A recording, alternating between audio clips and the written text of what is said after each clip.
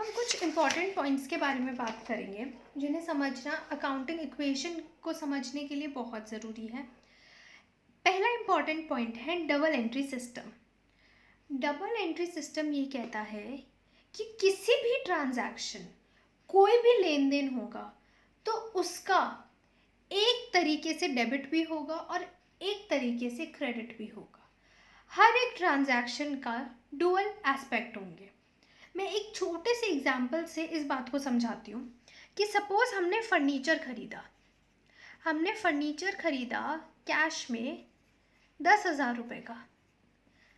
जब हम फर्नीचर खरीदते हैं कैश में 10,000 रुपये का तो फर्नीचर हमारे पास आता है और कैश हमसे जाता है, क्योंकि हमें पेमेंट करनी है फर्नीचर खरीदने के लिए। तो कैश हमारा गया, बट उसके बदले हमें क्या मिला? फर्नीचर मिला। अब जैसे आप ट्यूशन फीस पे करते हैं, आपने करियर सक्सेस को ट्यूशन फीस पे करी, तो आपसे करियर सक्सेस ने जब ट्यूशन फी ली है तो करियर सक्सेस ने आपको नॉलेज दी है। तो नॉलेज आपके पास आई है या सर्विस आपके पास आई है और पैसा आपके पास से गया है। तो हर एक ट्रांजैक्शन का डुअल एस्पेक्ट होगा और इसी डबल एंट्री सिस्टम की वजह से हमारे एसेट्स जो है हमेशा कैपिटल प्लस लाइबिलिटी के इक्वल होते हैं। क्योंकि हर ट्रांजैक्शन का डेबिट भी है और क्रेडिट भी है, LHS भी है, RHS भी है, इसी वजह से LHS और RHS हमेशा इक्वल रहेंगे। अब क्योंकि हर ट्रांजैक्शन का दो एस्पेक्ट है तो वो डेबिट भी होगा, वो क्रेडिट भी होगा। तो जितने भी क्लेम्स होंगे वो हमेशा हमारे टोटल एसेट्स के इक्वल होंगे। तो capital plus liability is equal to the total assets. एक और एग्जांपल लेते हैं कि सपोज आपने सेल करा गुड्स को। जब आपने गुड्स बेचे, जब आपके बिजनेस ने गुड्स बेचे, तो आपने 10,000 के गुड्स सपोज सेल करे, तो आपके पास से स्टॉक क्या हुआ? कम हो गया। जो भी आपके पास गुड्स थे या स्टॉक थे वो कम हो गए, बट उसके बदले आपके पास पैसा आया है। कैश आपके पास आया है और स्टॉक आपसे गया है। तो सेल ऑफ गुड्स ये एक ट्रांजैक्शन था जिसके दो एस्पेक्ट आ गए थे। This is what double entry system is all about. Second very important point ये है separate entity concept. Separate entity concept कहता है कि बिजनेस और बिजनेसमैन के बीच में एक वेल है। वेल मतलब एक पर्दा है। बिजनेस और बिजनेसमैन दो अलग अलग एंटिटीज़ हैं। बिजनेस का प्रॉफिट बिजनेसमैन का प्रॉफिट नहीं होता, या ओनर ने कोई भी पर्सनल यूज़ के लिए कुछ खरीदा है तो उसने बिजनेस के पर्सपेक्टिव से वो चीज़ नहीं खरीदी। तो इसीलिए क्योंकि बिजनेसमैन बिजनेस में जब पैसा लगाता है, जब बिजनेसमैन बिजनेस में पैसा लगाता है तो वो कैपिटल कहलाता है और वो एक तरह की लाइबिलिटी होती है बिजनेस की, बिजनेसमैन के टूवर्ड्स। और इस लाइबिलिटी को हम इंटरनल लाइबिलिटी कहते हैं। तो जब बिजनेसमैन बिजनेस में पैसा लगाता है या कोई भी रिसोर्स लगाता है, वो अलग अलग एंटिटीज ही इसीलिए माना जाता है क्योंकि सेपरेट एंटिटी का कॉन्सेप्ट लगता है। इस कॉन्सेप्ट में ये दोनों अलग अलग चीज़ें हैं। अब तीसरा पॉइंट कहता है कि जितने भी एक्सपेंसेस है वो हमारे कैपिटल से कम होंगे और जितनी भी इनकम है वो हमारी कैपिटल में ऐड होगी। वो इसलिए होता है क्योंकि कैपिटल क्या है? एक बिजनेस के पास जो कैपिटल है दैट मीन्स वो उसका कैश है, राइट? बिजनेस के पास बिजनेसमैन ने जो बिजनेस में पैसा लगाया या रिसोर्स लगाया, हम सपोज मानते हैं पैसा लगाया, तो वो बिजनेस का कैपिटल हो गया और बिजनेस के पास पैसा भी आ गया, कैश भी आ गया। तो जब भी एक्सपेंस होगा तो इसका मतलब खर्चा होगा तो क्योंकि कैपिटल कैश बिजनेस ने लगाया है तो वो कम हो जाएगा, और क्योंकि इनकम जब आएगी तो वो कैपिटल में इसलिए ऐड होगी क्योंकि कैश आ रहा है और वो कैपिटल का पार्ट बन जाता है। Now these are some transactions. ये कुछ ट्रांजैक्शंस हैं जो हमें समझनी बहुत ज़रूरी है ताकि हम कौन सी चीज़ डेबिट हो रही है, क्रेडिट हो रही है, कौन सी चीज़ प्लस हो रही है, माइनस हो रही है, इस चीज़ को समझ सके हम लोग। जब कैपिटल इंट्रोड्यूस होता है, पहला पॉइंट है कि जब कैपिटल इंट्रोड्यूस हो रहा है, जब कैपिटल बिजनेसमैन ने इंट्रोड्यूस किया बिजनेस में, तो कैश बढ़ा, सबसे पहला पॉइंट जो है वो कैश बढ़ा, इसका मतलब हमारे एसेट्स बढ़ गए। कैश हमारा एसेट होता है, इसका मतलब हमारे एसेट्स बढ़ गए। तो जैसे हमारा जो साइड थी assets equal to capital plus liability वाली, इसमें एसेट्स हमारे बढ़ गए और कैपिटल बढ़ गया, क्योंकि बिजनेसमैन ने बिजनेस में पैसा लगाया, उसको हम कैपिटल कहते हैं, तो हमारा कैपिटल बढ़ गया। जितने से कैपिटल बढ़ा उतने से ही कैश बढ़ा, तो हमारी फिर से एलएचएस जो है वो आरएचएस के इक्वल हो गई।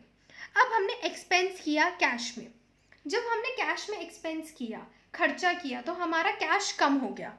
हमारा कैश कम हुआ मतलब हमारा एसेट कम हुआ, और हमारा क्योंकि हमारा एक्सपेंस जो है वो कैपिटल में से लगता है, अभी हमने पढ़ा कि एक्सपेंस का जो डिडक्शन है वो कैपिटल में से होता है, तो इसी वजह से हमारा कैपिटल भी सब्ट्रैक्ट हो गया। Third is outstanding expense. Outstanding expense वो एक्सपेंस होता है जो हमें पे करना है, जिसका बेनिफिट हमें मिल गया है बट वो हमें पे करना है। तो क्योंकि वो हमें पे करना है, उसका बेनिफिट हमें मिल गया, तो लेकिन अभी तक हमने उसकी पेमेंट नहीं करी, हमें करनी है, तो वो हमारी लाइबिलिटी बन जाती है, तो हमारा ऑब्लिगेशन बन गया पे करना। लेकिन क्योंकि वो एक्सपेंस है तो वो कैपिटल में से माइनस होगा। तो जब एक ही साइड माइनस हो रहा है और एक ही साइड प्लस हो रहा है, तो वो चीज़ नलीफाई होकर ज़ीरो हो जाती है। अगर सपोज 500 रुपये हमारा आउटस्टैंडिंग एक्सपेंस है, ठीक है, तो माइनस होगा इसमें से 500 और इसमें से प्लस होगा 500, तो जब प्लस 500 और माइनस 500 है तो वो नलीफाई करके ज़ीरो हो जाएगी, तो वो वापस एसेट्स के इक्वल हो जाएगी, which is zero. Similarly fourth point जो है हमारा प्रीपेड एक्सपेंस, कि हमने एक्सपेंस पहले पे कर दिया बट उसका बेनिफिट हमें मिलना बाकी है।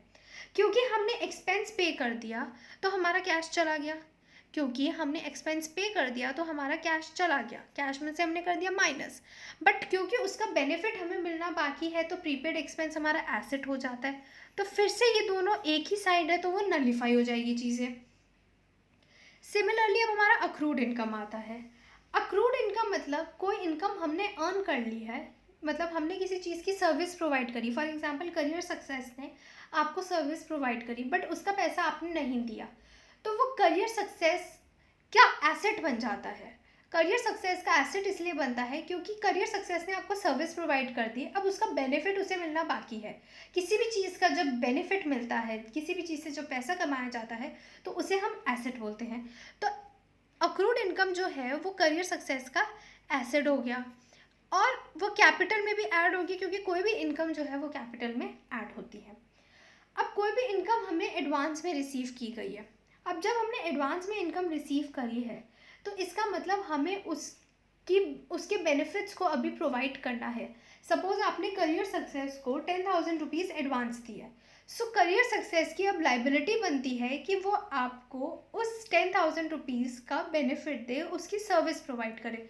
तो करियर सक्सेस की वो तो लाइबिलिटी बन गई, और करियर सक्सेस के पास कैश भी आ गया, तो कैश हमारा एसेट का पार्ट होता है, और जो भी लाइबिलिटी है, जो भी इनकम रिसीव्ड इन एडवांस है, वो हमारी लाइबिलिटी का पार्ट होता है।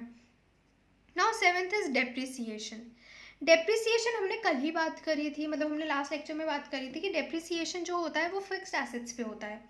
डेप्रिसिएशन का मतलब है fall in the value of asset, मतलब एसेट की जो वैल्यू है वो कम हुई है, तो फिक्स्ड एसेट्स में से हम माइनस कर देंगे। बट जो डेप्रिसिएशन है वो हमने कल बात करी थी कि वो एक नॉन कैश एक्सपेंस है। एक्सपेंस तो है, चाहे वो कैश की फॉर्म में ना हो, बट एक्सपेंस तो है।